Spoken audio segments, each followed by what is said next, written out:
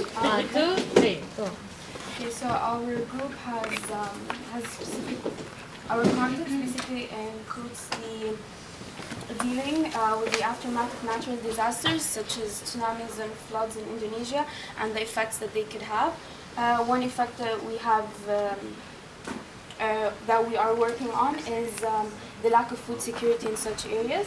Our objectives, technically our SMART objectives, is to provide assistance in less than 72 hours after the natural disaster has happened. One of our short-term goals would be to help 5 NGOs, and then maybe we could assess and evaluate what has happened, and then we could work on improvements and then maybe globalize our initiative. And our third objective would be to provide some sort of map for the NGOs so that they could send the food supplies into the specific areas, and I will go into that as I explain the process in more detail. Our stakeholders would be NGOs, whether they're international, national, or local, as long as they have the capacity in order to be able to afford such a product. One of the concerns that could rise up from such a product is that it could be a bit expensive.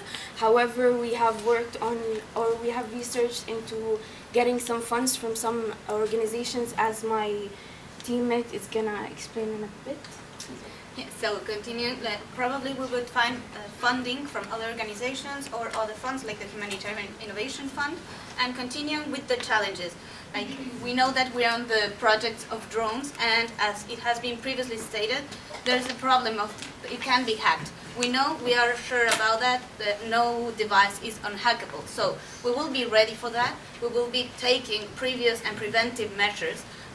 For example, revising our firewall, but also we will have a technical team that just in case of our device might be hacked, well, there's professionals that will be ready there to take actions.